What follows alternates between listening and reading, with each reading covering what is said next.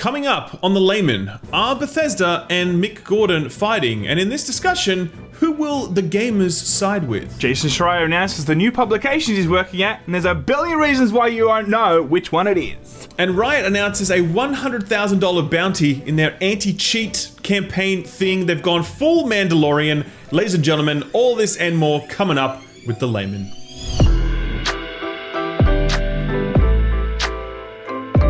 So guys, Mick Gordon, he is the patron saint of video game music, and he's Australian, mind you. He's definitely ours, much like Russell Crowe and Crowded House and The Flight of the Conchords. These are all proud Australian things that are ours and that we own them, okay? That's a damn fact, and anyone that says otherwise is a liar. Mel Gibson also, and that small little bird thing, that's ours too, Yes. right? I mean, everything is ours, okay? Ours. If it's New Zealand, it's ours, okay? They're like a little sister, really. Now, That's right. Everyone likes Mick Gordon, okay? And he's had a few cool things in his time when it comes to music. Yes, correct. I mean, he's obviously well known for his work on Doom 2016 with the soundtrack there, which a few people were fans of, but I think his real success came a little bit later with the release of the absolute gem, the masterpiece, the timeless classic. I'm talking, of course, about Lawbreakers, where he collaborated on a track with two other people, according to Wikipedia. It's just a shame that he's so overlooked for his incredible work on that milestone game. Well, I mean, there was such a seismic shift in the industry when that came out in terms of all the YouTubers jumping on it and just completely railing on that game. That's ultimately where I'm going with that game, Ryan. So, Lawbreakers, complete success. Mick Gordon, I'm sure, loves to know that he's associated with that game. But look, I actually didn't know that he was also part of Wolfenstein 2: The New Colossus, and I actually really do love that game, okay? That was a good game. And now when I think back and think of the actual gameplay and the music, that is so Mick Gordon. He definitely has a signature, and everyone loves his signature, that's for sure. So when it comes to Doom Eternal, fans have been very sort of like, patiently waiting for the release of it. The game came out last month, and the soundtrack had not actually hit yet. There were some versions online on YouTube that people like ripped from the game, but they were really low quality and really disappointing, whatever else. Everyone was like, cool, we need this soundtrack. This soundtrack was actually bundled with the collector's edition of the game, but it wasn't actually released until like 2 days ago, and now it's finally out. And so the internet can be like, yeah, we love it. Thanks very much. We love you, Mick Gordon. We love you, Bethesda. This is great, great news. Actually, people aren't happy, Ralph. Okay, now, in this article, it explains why people aren't too happy with the actual mixed release of the OST. While it definitely sounds fine on a first listen, something seems to be off. There's a certain layer of polish not present, a clash of instruments competing for spotlight space, like early 2000s new metal band members attempting to outdo each other in the recording studios. There's a reason for that. None of those submitted tracks were mixed by Gordon. Ooh, okay. A lot of people that make music would know that mixing and mastering is a whole other beast. Like, it's one thing to know how to, put an actual piece together, but it's also kind of crazy to know that he also mixes and masters. That's also another beast entirely. Mick Gordon, I love how many arrows you have in your quiver. Okay. So one Twitter user actually spotted this and kind of demonstrated some of the differences. You can see here on the left and right how the different tracks sound in 2016 versus 2020 and the kind of range that exists within the mixing. And on the left, you see the kind of better version per se, and on the right, you see the shittier 2020 mix. He goes into some detail about why exactly this sucks. But then, funnily enough, it turns out that Mick Gordon got wind of this and actually decided to respond to it. And this is what good old Mick Gordon said. I didn't mix those and wouldn't have done that.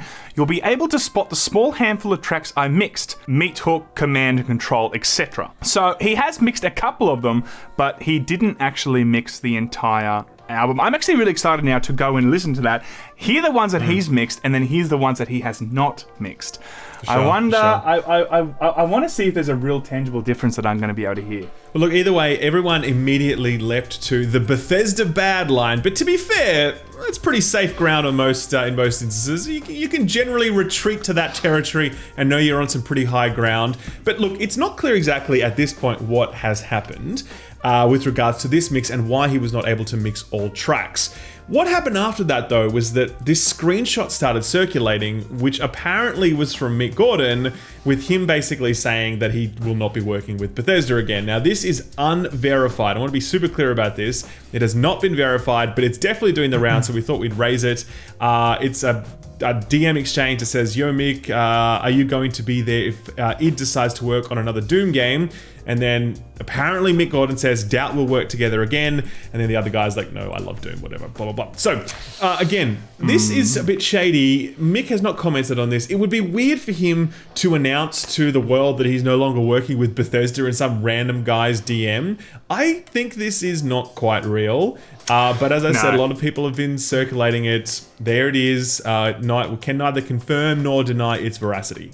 I think that it's very much like those Trump tweets that you can just make. You know, you can go on the website and make Trump tweets. Yeah. But you know, sometimes you don't know if they're, you know what? Let's be real. Sometimes you don't know if those tweets are real or not. But look, there's a lot of people that of course would love to make some drama out of this and make some fake DM things. So it is hard. Sure. Unless he comes out and says, "Yes, that is me, and I'm not sure I'm going to be working with him in the future," then who knows? But look, that could be read wrong. It could be like he's worked with them now for a few years, and now they want a new idea of what they want it to sound like. Who knows? You know? Or it could be like he's like, "Yeah, I get along with them really well. I just kind of want to peace out and do other things." You just never know. For sure. You know? The other thing that circulated was this suggestion that there was creative differences between him and id, where some guy on Twitter's like, "Oh yeah, I spoke to a guy who knows a guy, and he definitely said there were some problems," and everyone's like, "Retweet, upvote, blah blah blah." It's like, come on, man.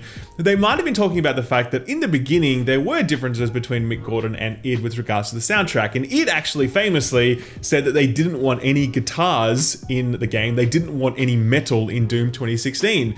That's a true thing. They're like, "No, that's going to be cheesy. That's going to be corny." What? So Mick Gordon had to, I swear to God, it's true. Look it up. Mick Gordon had to slowly bring them along the journey to be like, "Guys, you should probably have some metal in your Doom game." We're just like easing them in, just a little bit of rip, no tear, just a little bit of rip, you know, just the tip of the rip, you might say. Okay, that's what Gordon gave them. He gave them just the tip of the rip, and it was enough for them to go balls deep in the end. Nice, Ralph. Classy until the end. Now, I wonder what it sounded like if it was a different track altogether.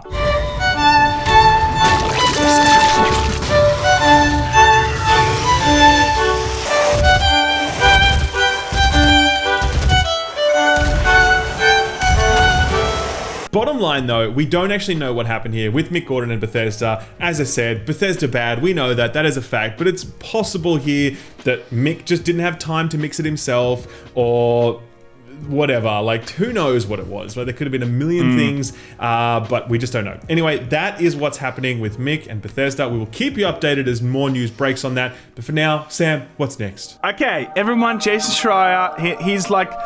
He's the Jesus of gaming when it comes to, is there a broken story? 99 times out of 10. 99 times out of 10. 99 times out of 100, it's Jason Schreier breaking that story, everybody. And everyone knows it. You might have your own opinions about Jason Schreier, but one thing is for sure, he breaks dem stories. Now, he's recently left Kotaku. Everyone was wondering, where is he going? Is he going to New York Times? Is he going to Laymen Gaming? Who knows, right? Never know, right? Now, he has come out today and said he is actually joining the Bloomberg family. That's why we said there's a billion reasons why you wouldn't get it. Because Bloomberg's a billionaire, everyone. See that? God, we're good. Really good writing at Laymen. I wonder if I have to sign one of those famous NDAs that we heard so much about on stage. So, thanks, Elizabeth Warren. They've already got that ready to go. But obviously, Jason has been copying some flack from people online about this because he's, very sort of anti-billionaire and quite public about that. But he did make the point that, look, he still believes in that. And furthermore, he says that one of the reasons he joined the Bloomberg team was because it would allow him to focus on the way that staff are treated in the video game industry. He says, one of the many things that really appealed to me about Bloomberg News was the tech team editors telling me that they appreciated coverage of the video game industry's systemic labor issues and wanted to put more resources into that. Very excited to get started. So clearly, he still plans to focus on this agenda of improving working conditions for video game workers, which is an area that he has seen success in because stuff like Rockstar has seen like a bit of a cultural transformation in the last 18 months directly as a result of the reporting that he's done and the stories he's unearthed. So there you go, guys. Now you're going to have to check out Bloomberg News. That's not a thing I thought I would ever say when it comes to video game news stuff. Yeah, I would have loved to see if Jason's right. Guys, I'm going to go work at Fox News, okay? I'm going. Bill O'Reilly's spot is open, so I thought, booyah, I'm in there, okay? No spin zone, no video video game spin zone, but no glitch zone, okay? That's what I would have liked to say. And finally, ladies and gentlemen, turns out that Riot are ready to call everyone's bluff when it comes to the concerns about their kernel driver for their anti-cheat Valorant thing. So we reported a few days ago that they have been under fire because they have an anti-cheat solution that actually installs a driver at the most sort of secure, most base level of Windows. And a lot of people are quite concerned about this because they feel like it could be a backdoor exploit, allowing people to do nefarious things to their computer. And everyone on Reddit has made a big giant thing about this. I've seen, YouTube videos pop up, Twitter posts, and the general consensus is it's either one of two things or both. Tencent bad, or Riot bad, okay? Or both, okay? Now, that is pretty much what everyone is saying at the moment. But the truth is, do we really know if this is going to be super duper evil for the computer? We're still not entirely sure. Now, they're so confident that Riot now has come out with a $100,000 bet. This is what it is. To reinforce our commitment to our players' security, we are offering a special bounty for up to $100,000 for high-quality reports that demonstrate practical exploits leveraging the Vanguard kernel driver. The studio wrote in a detailed breakdown of Vanguard and the new bug bounty policy. So they're putting their money where their mouth is, everybody. They go on, the new policy designed to scope out cheaters offers 6 different categories of rewards to anti-cheat bounty hunters, ranging from 25 grand to 100. Naturally, the not so fine print is that those numbers are the maximum for each category, and that the actual bounty paid out depends on the impact and practicality of the exploit presented. So guys, the Laymen are very happy to announce that we're announcing our own bounty program. If you can find the bugs and present them to us before you present them to Riot, we will give you $100. 100 smackaroos can be yours if you bring it exclusively to us. Don't trust Riot. They will just steal your exploit and not pay you. The Layman will guarantee you $100. So please come at us with all your tips in the comment section below, guys. Please leave them in the comment section. And that's the news for the day, ladies and gentlemen. That's it. That's what's happening in the world of video. We love you very much. Thank you for tuning in. We'll see you tomorrow. Later.